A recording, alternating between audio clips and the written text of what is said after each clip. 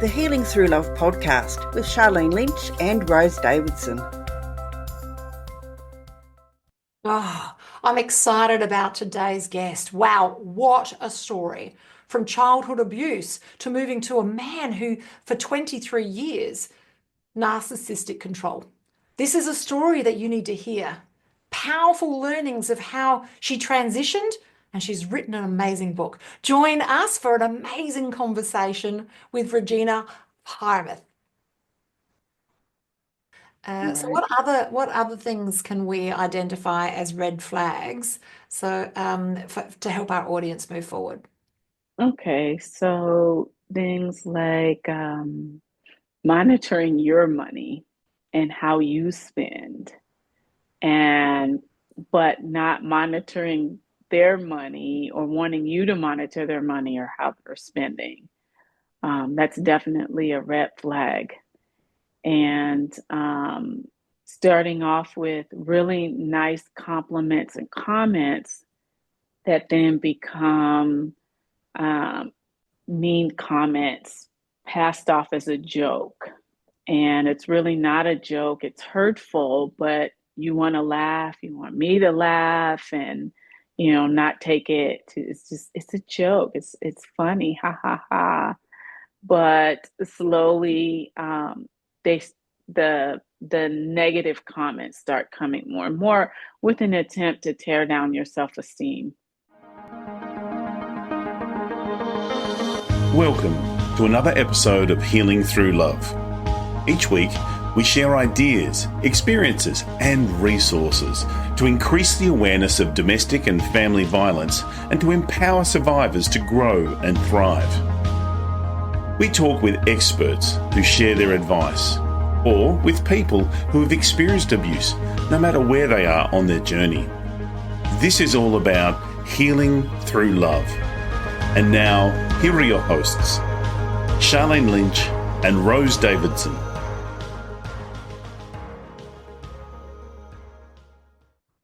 Welcome to the Healing Through Love podcast. I'm Charlene Lynch, and together we're shining a light on hope, resilience, and transformation in the journey to end domestic violence. Each week, we bring you inspiring interviews with changemakers, survivors, advocates, and experts who are making a difference in the lives of those affected by domestic and family violence. Whether you're on a healing journey yourself or supporting someone who is, this is the space for powerful stories, practical tools, and heartfelt inspiration. Let's heal through love together.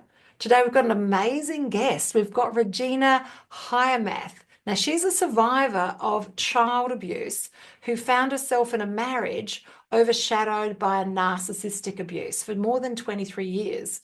Grateful for the strength to find the way to walk out.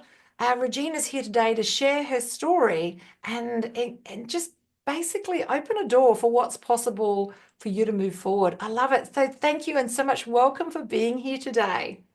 Thank you so much for having me. I love it.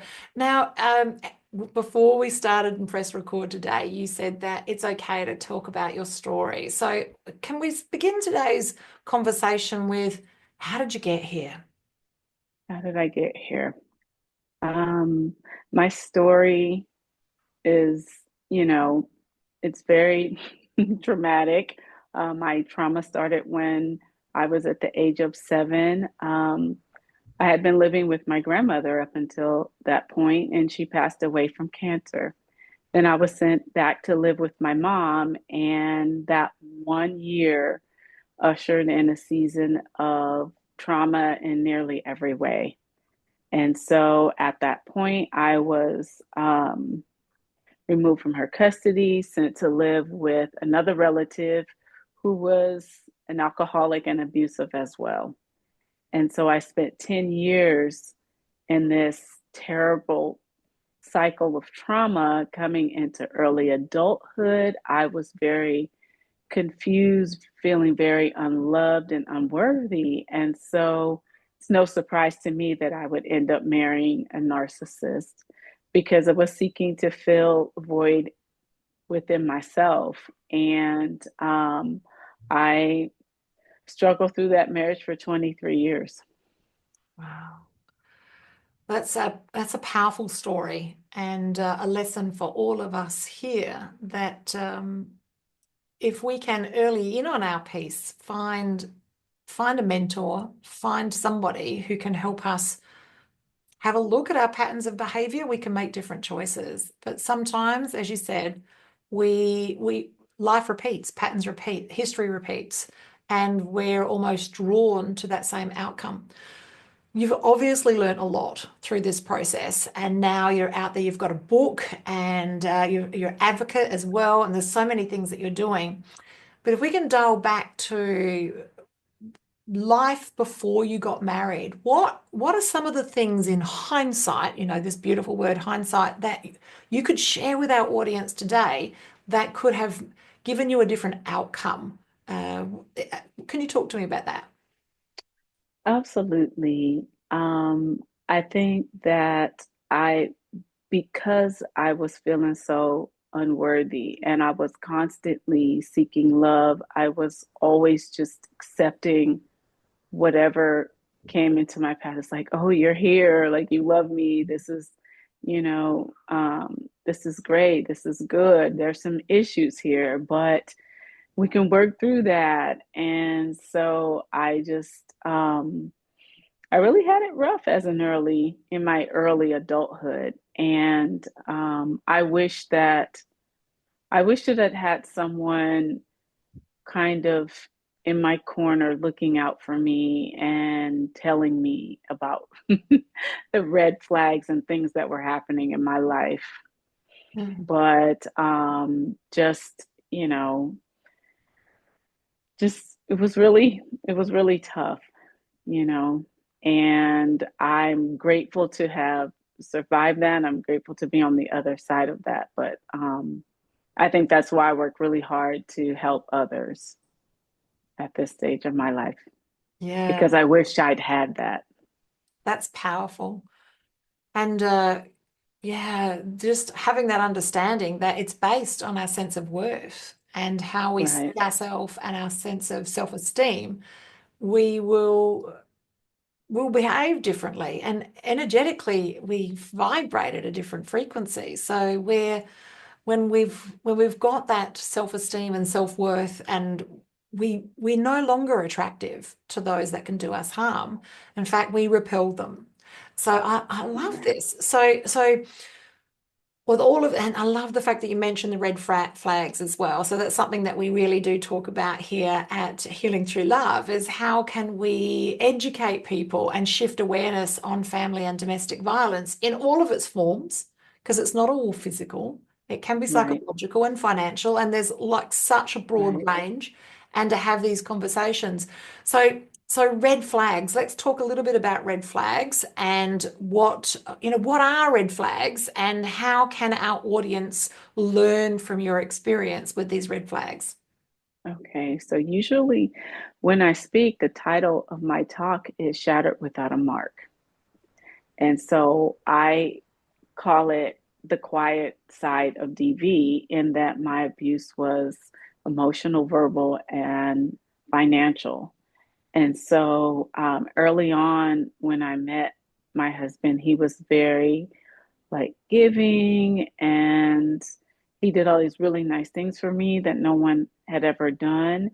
And so we were in that sort of like honeymoon phase where he was, he had his mask on and he was doing all of these really nice things for me that appeared to be kind and caring.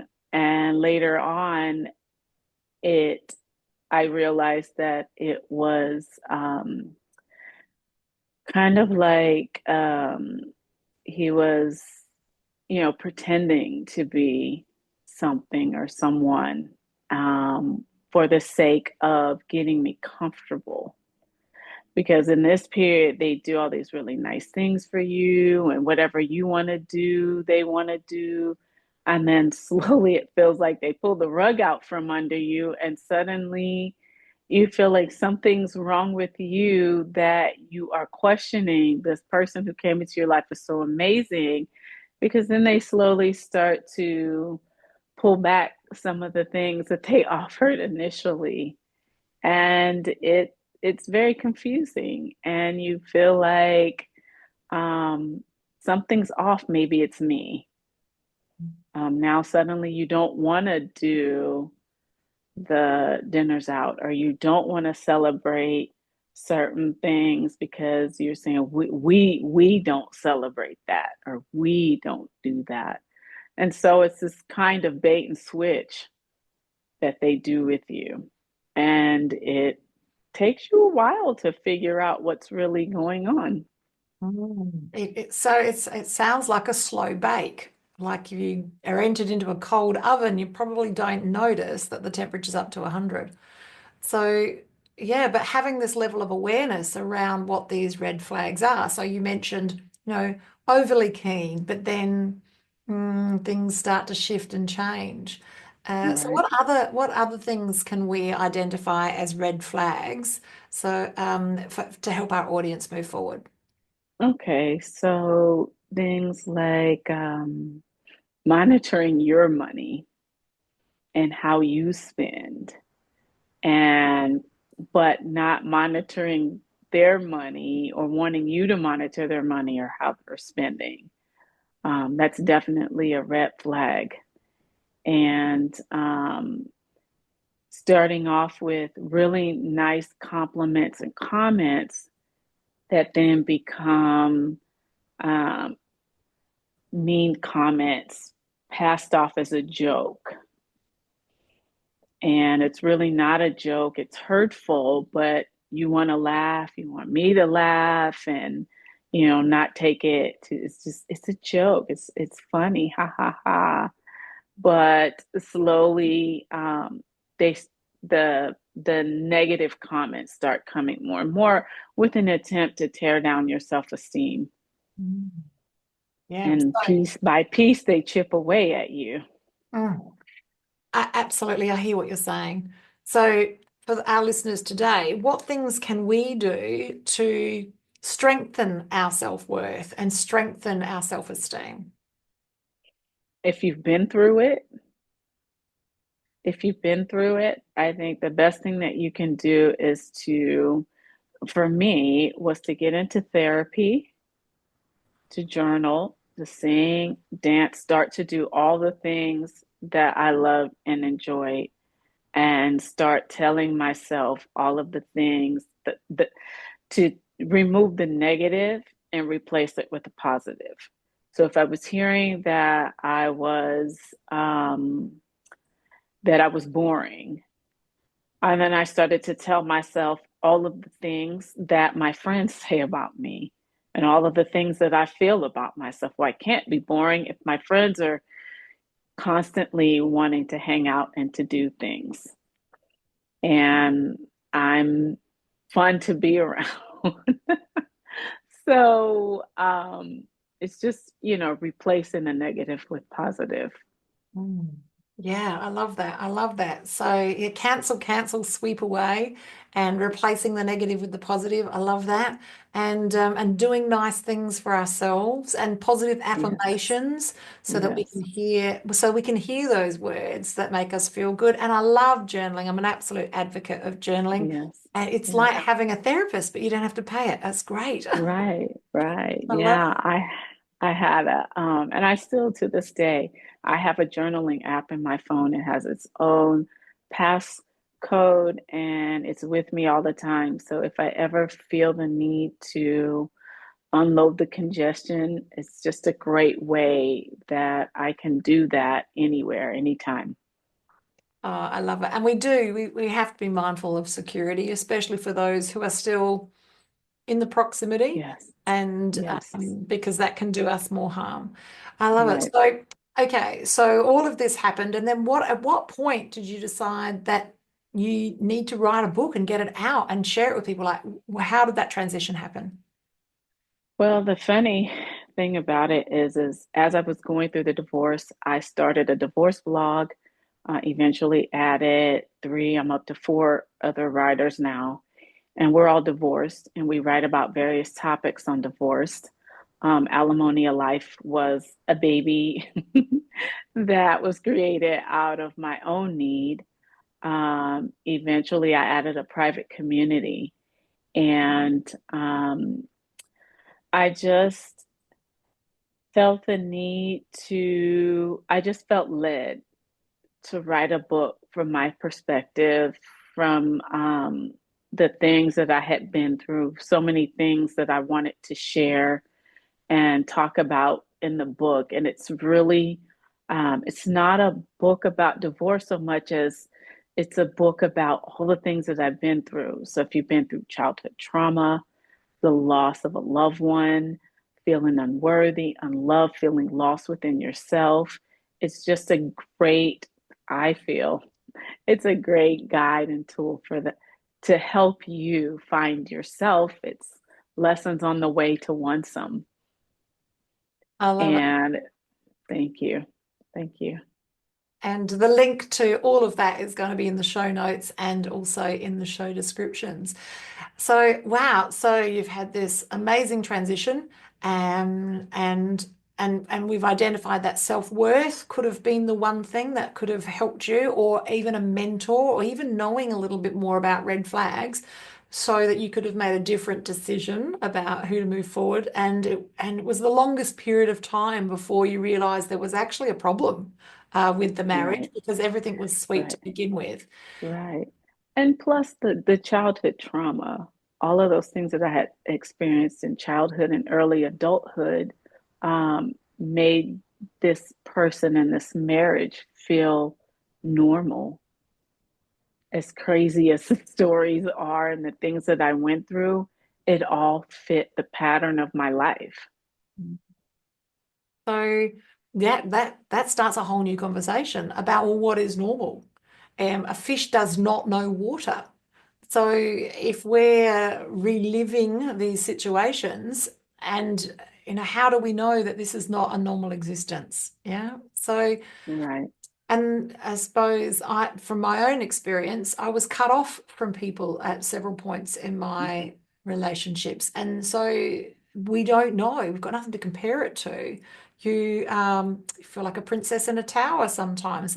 You've seen Right. television, radio, all of those things, but you don't have close camaraderie with someone to find out, hey, I don't know, is this how really should be happening? Because you're Right. excluded from having those conversations, because that's one of the things that perpetrators do, is they Isolation. isolation. They keep you isolated.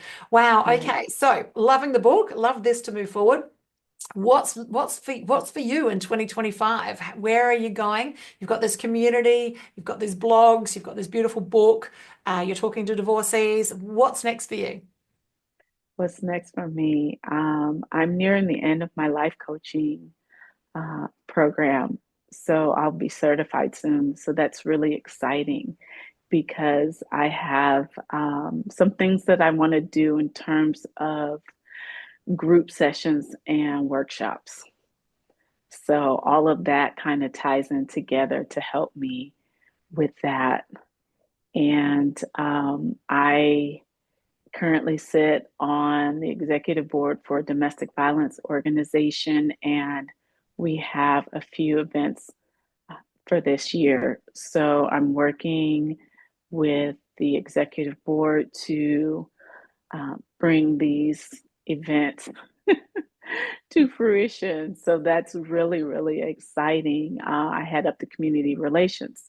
So I can be making centerpieces for our events, or contacting community leaders, or getting emails from survivors.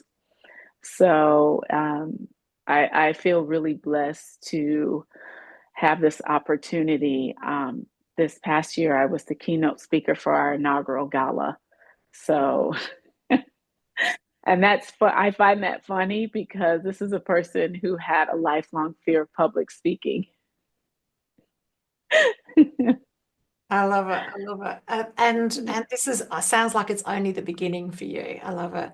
If you're listening today and you are a survivor of family and or domestic violence, then reach out to Healing Through Love. We've got Pamper Days, so think day spa on steroids, where you can come for free, where 25 different practitioners hold the space for you. So think you have your skincare done, your makeup done, your hair done, you might have your chakras aligned, you might have a massage. Just think an entire experience, an entire day that's just for you as a survivor. And if you're listening today and you are a practitioner, reach out to Healing Through Love, because we're looking for practitioners in your area. As of 2023, Healing Through Love is a global community, and we are running Pamper Days all over the world. And we would love to connect with you to see how we can help you hold the space for our listeners. I love it. This has been a beautiful conversation, and I'd love to have you back later on in the year once all of these processes and programs are launched to see what they look like. But just in closing, could you share your final words of wisdom to our audience today? One of the things that I find so amazing is that with all that I've been through, I wish that I had known the strength that it took me to survive all of these traumas was the same strength that I used to fight for myself, to put my life back together, to move forward in peace, happiness, service, gratitude, and just live. That is so beautiful, Regina. That is so beautiful. So all of Regina's notes will be in the show description and in the show notes. And we're looking forward to another conversation. That's a goodbye from us and a goodbye from Regina. Bye. Thank you for joining us for this episode of Healing Through Love. You can get further resources, see the show notes, or simply reach out to us via our website at htlaustralia.org. Thanks so much for joining us, and we look forward to your company next time on the Healing Through Love podcast.